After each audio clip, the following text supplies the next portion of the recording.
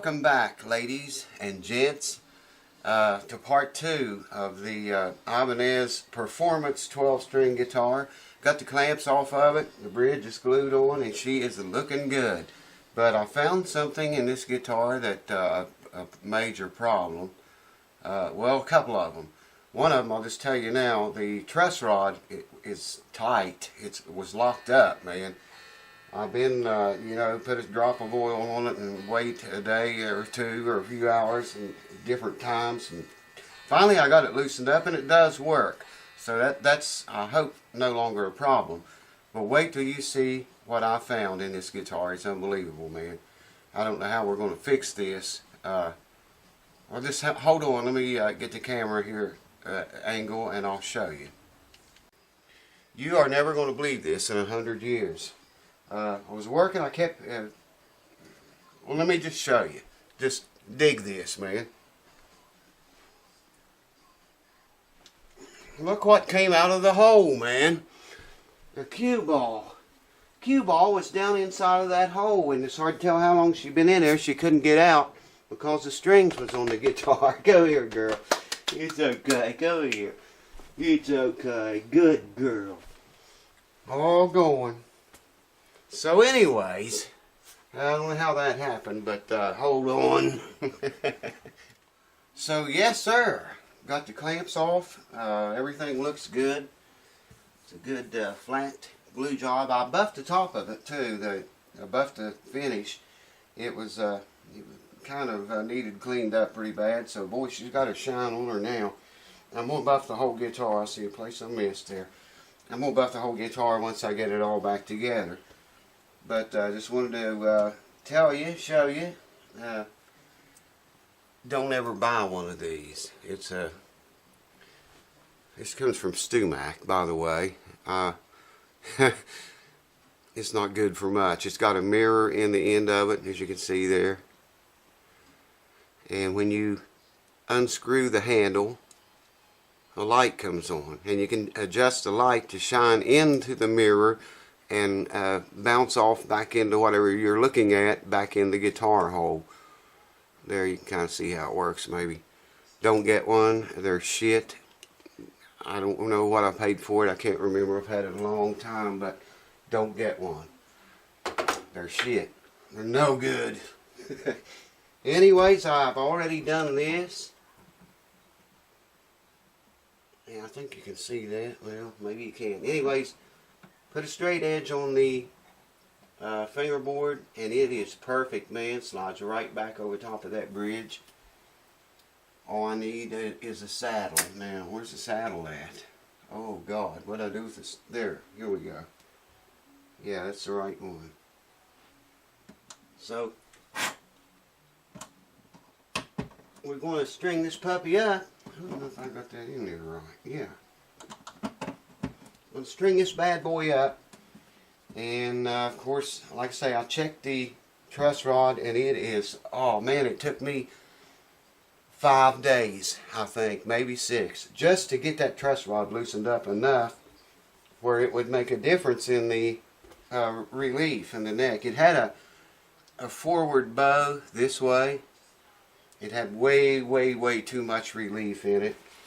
So I finally got the truss rod loosened up and got it flat. It's level, flat right now. And that's a big improvement from what it was, because like I say, it had a horrendous forward bow in it. So I'm going to string it up now. I'm not going to bore you with me winding all these strings and putting them back in the holes and all this crap. So I'm not going to hold you up there. I'm just going to, well, maybe I should take that mirror out. I'm just going to put strings on it, and then I'll bring you back when we start to set the relief and stuff up, show you the frets and the whole thing. So hold on for that. So I thought I'd maybe better show you a little bit of what's going on here, or this video might be too short. We wouldn't want that. I'm up to the set of 5th strings.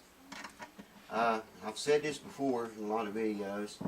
You should always put the same pins back in the same holes, because they wear differently. different gauge strings, different size strings, different balls, string balls. The way companies make them, that's all, you know, it's all different. So you should always try to put the same pins back in the same holes. You could even take, I don't know, like a marker or something to mark the numbers on, you know, the pins of what strings they are, what strings they go to. First, second, third, fourth, whatever. So you can always put the same pins back in the same holes every time. That is very important, guys. You should always do that. Fifth string tenor. Well, it won't be long now. Hopefully everything will go smooth from here. We won't have any more problems or any unforeseen crazy shit happen, like it so frequently does. Anyone that works on guitars knows about that.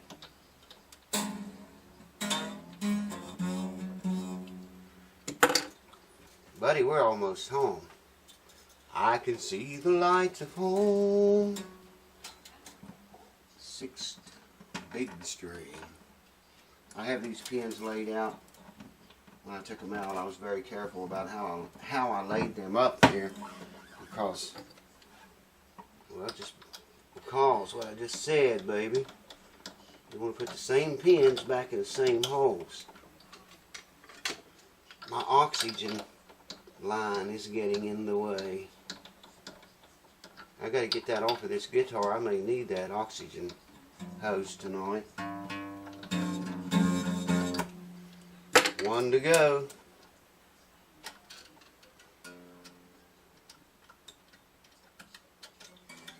I don't know if I made mention or not, but I did tighten, several keys were really loose, and I checked them all, tightened up. I think there was 3 of them that was really pretty bad loose. So tighten those up, got those oiled up and working really nice now. Plus it will be, it should stay in tune a lot better too. Oh, I finally get my oxygen tube back. Yeah, baby. Be able to breathe again. That works really nice for that. If you have someone that's on oxygen, they recommend you change the tube now and then. And it works great. The old ones work great for tying your strings off. Now, we got to check that relief and all that stuff. And I do believe we may have to take some material off of the saddle. Maybe not. Yeah, I think so. I think we're going to have to take material off of this saddle. Those strings are still pretty high.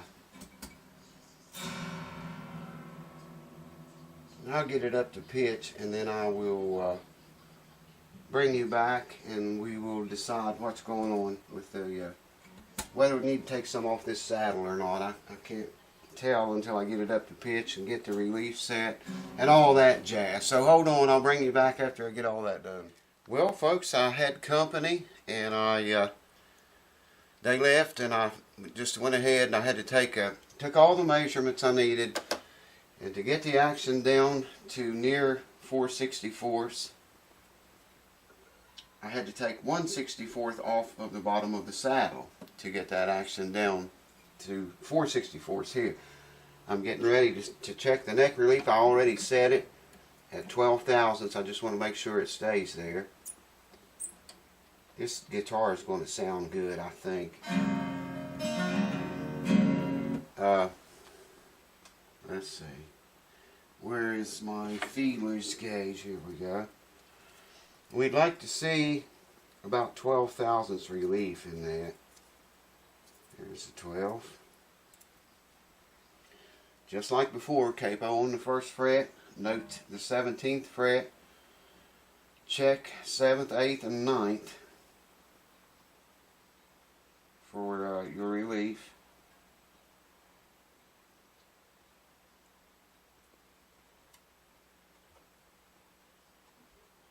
Boy, she stayed right there. Hasn't moved. That just slides in there perfectly. So the relief is good. Well, I said it before, but I just wanted to check it now and make sure it hadn't moved any more or presented any surprises. We don't like surprises in this business. So I want to check the string height again now.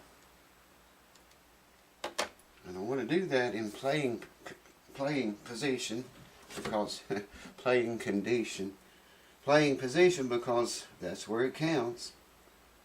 String height on the bass side at the 12th fret is still at 5/64. Man, that's way lower than it was when it came here. Treble side, high E string, 4/64. 5/64 and 4/64, so we can live with that. I'm not even going to touch that.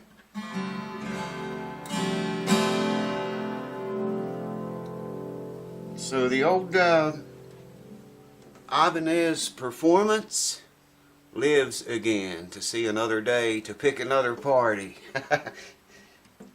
I think that's pretty much it. Let me get the camera. Well, I got to buff this thing yet. I got fingerprints all over the top that I buffed, and it's got to be cleaned up first, so hold on. Sometimes you just can't keep your tools organized well enough. My God, look what a mess. Look at this. Horrendous.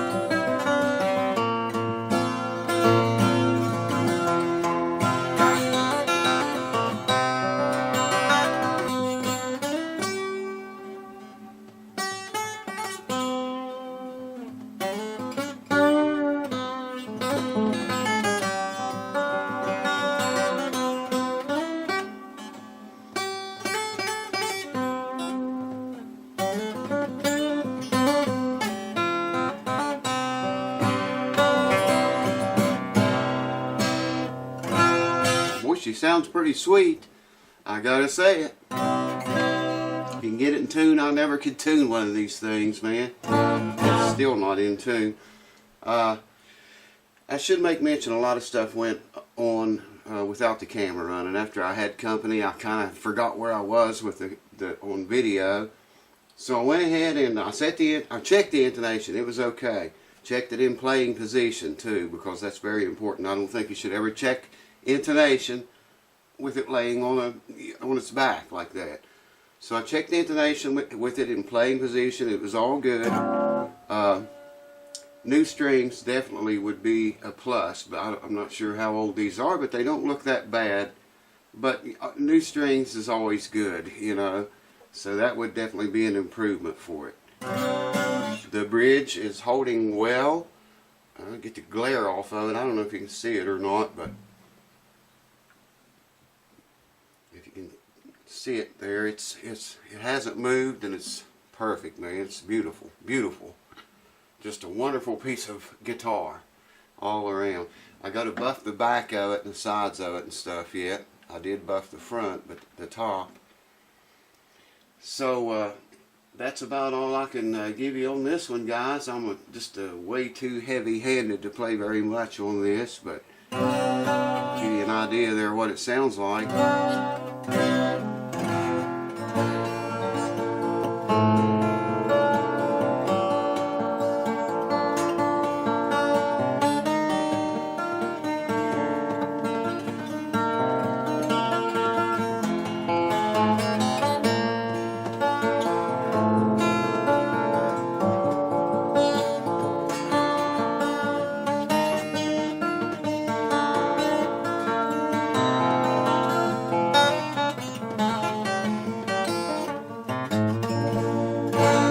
Still out of tune, but I had it in tune and everything was good. I just need to touch it up. By the way, I was always taught, and I broke a lot of these high third strings.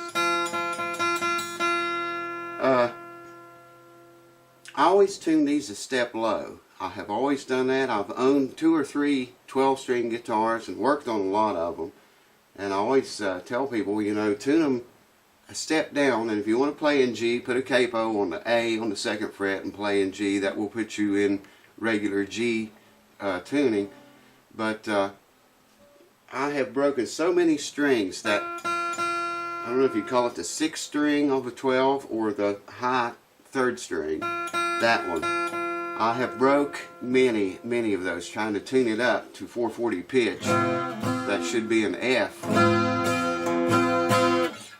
So I always recommend tuning them a step down, and then, like I say, put a capo on the 2nd fret, play in G position if you want to play in the natural G chord, rather than try to tune this thing up to that, because I guarantee you that string right there will be the first one to break when you start tuning a 12 string up into you know, regular guitar tuning. This thing really does sound good. Even out of tune, it sounds good.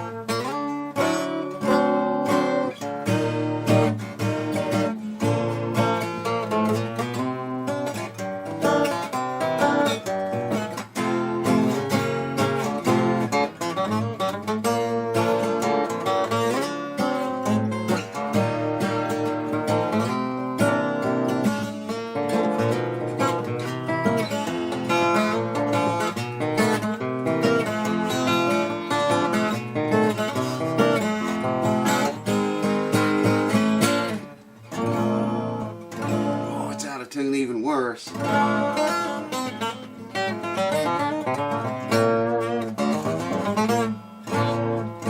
can't play with these tiny strings. It's just too heavy-handed for it.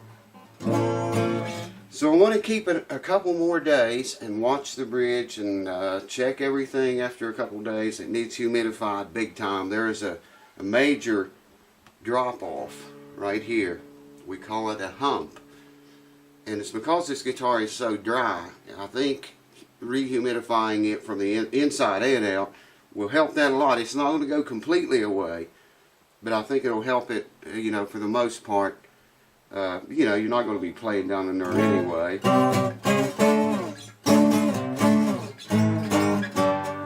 It plays fine all the way down here, but you know, from the body joint to 14th fret down, you can see that fall away, or hump, or whatever you want to call it. Ski jump if it comes up the other way, I guess, but this one falls down.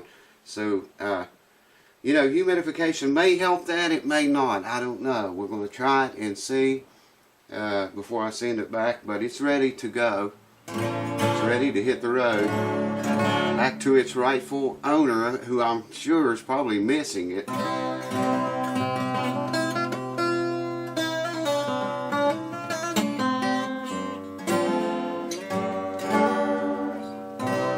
I've got it all out of tune now.